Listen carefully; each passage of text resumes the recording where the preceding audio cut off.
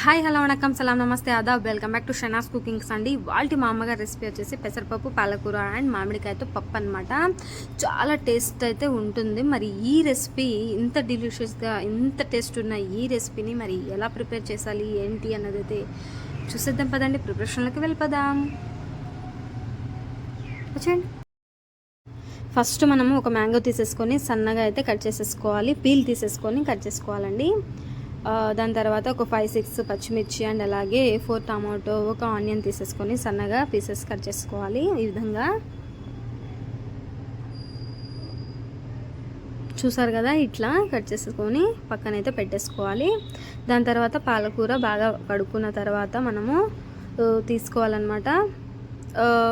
కట్ట ఓపెన్ చేయగానే ఏ ఆకుకూర అయినా సరే ఫస్ట్ అయితే వాష్ చేసుకున్న తర్వాతనే మనము కట్ అయితే చేసేసుకోవాలి. పెసరపప్పు బాగా వేయించుకొని పెట్టుకోవాలి. లైట్ గోల్డెన్ కలర్ వచ్చేలాగా లైట్గా ఇట్లా సన్నగా కట్ చేసుకోవాలి. పాలకూర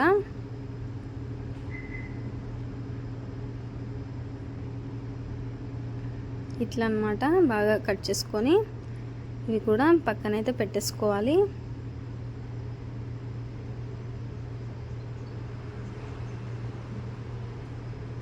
చాలా వరకు చాలామంది చక్కగా అట్లా యూస్ చేస్తారు కదా, నాకెందుకు నచ్చదు. మా ఇంట్లో మా అమ్మ వాళ్ళు కూడా యూస్ చేయరనమాట. సో కట్స్ అవి పడుతూ ఉంటాయి కాబట్టి అది యూస్ చేయడం నాకు నచ్చదు అనమాట. సో ప్లేట్లో ఇట్లా కట్ చేశాను. హ్యాండ్తో ఎక్కువగా కట్ చేసే అలవాటు అనమాట కూరగాయలు మాకు. పెసరపప్పు వేయించుకున్న పెసరపప్పు సిల్వర్ గిన్నె అయితే తీసుకొని అందులోకి వేసేసుకోవాలి. వేసుకొని వాష్ చేసుకోవాలండి ఒకసారి.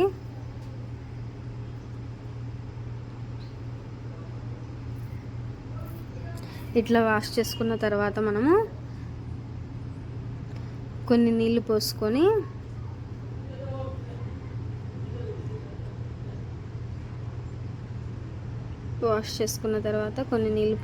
మనము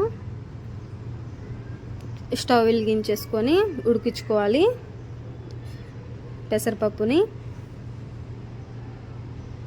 చూస్తున్నారు కదా, ఒక స్పూన్ అయితే ఒక హాఫ్ స్పూన్ అయితే తీసుకున్నారు పసుపు కూడా పప్పులో వేసేసుకోవాలి. స్టవ్ వెలిగించేసుకొని పప్పును ఉడకబెట్టుకోవాలన్నమాట.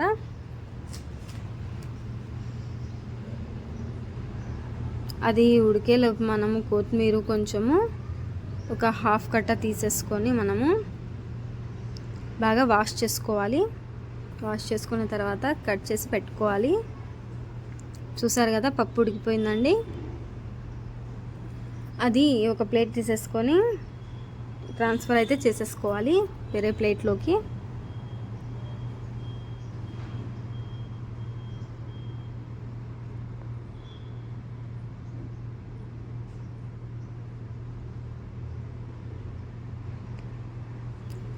ఇట్లా పూర్తిగా ట్రాన్స్ఫర్ చేసేసుకోవాలి వేరే ప్లేట్లోకి. ఎందుకనంటే మనం అదే గిన్నె అయితే పెడతాం కాబట్టి పోపుకి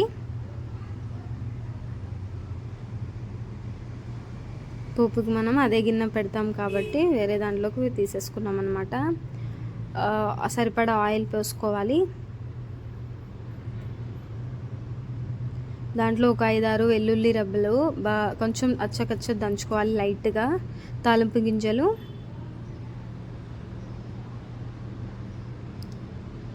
పోపు బాగా అవ్వాలండి.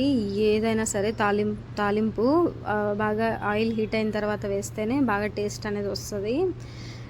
ఏదో అచ్చకచ్చ సుర్రు మనంది వేయకూడదు పోపు, ఎందుకనంటే కచ్చకచ్చగా ఉంటుంది అనమాట, టేస్ట్ రాదు కర్రీ. దాని తర్వాత మనము అన్నీ తరిగి పెట్టుకున్నాం కదండి, అవన్నీ కూడా మామిడికాయ ఇవన్నీ కూడా వేసేసుకోవాలి. టమాటో పీసెస్ అవన్నీ కూడా బాగా మిక్స్ చేసేసుకోవాలి. దాని తర్వాత కొత్తిమీర కూడా వేసేసుకోవాలి.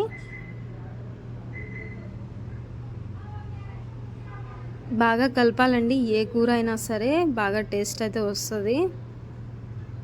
ఓపికతో నించొని బాగా కలిపితే టేస్ట్ అనేది వస్తుంది. కరివేపాకు కొంచెము అండ్ అలాగే పసుపు కూడా వేసేసుకోవాలి. పాలకూర కూడా వేసేసుకోవాలి.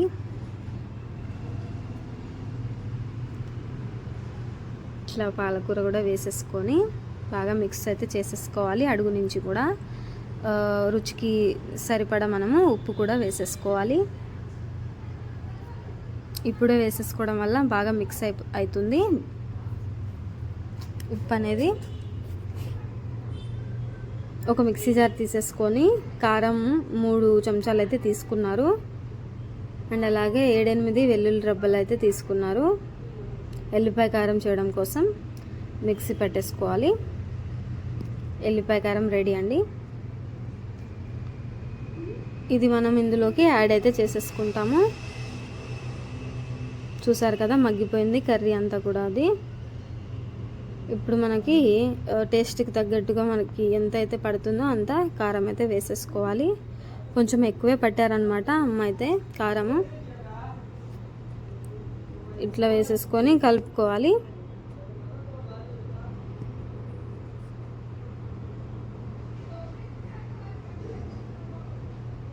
ఇట్లా బాగా కలుపుకోవాలండి. ఏ కర్రీ అయినా కూడా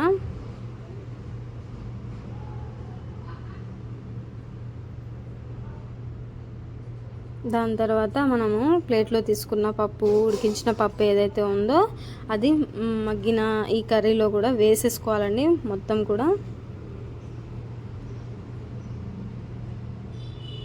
చూస్తున్నారు కదా, ఈ విధంగా బాగా మిక్స్ చేసేసుకోవాలి. దీన్ని ఇప్పుడు 5 to 10 minutes ఉడికించుకోవాలండి. మూత పెట్టేసుకోవాలి.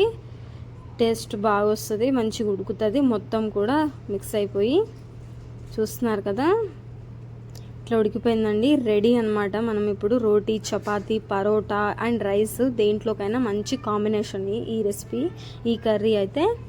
మీరు కూడా ట్రై చేసి చూడండి. ఈ వీడియో నచ్చితే కనుక లైక్ అండ్ కామెంట్ అయితే చేసి చెప్పండి. థ్యాంక్ యూ ఫర్ వాచింగ్ అండి. ఇంకో వీడియోతో ఇంకో వంటతో మీ ముందు ఉంటాను. Bye bye.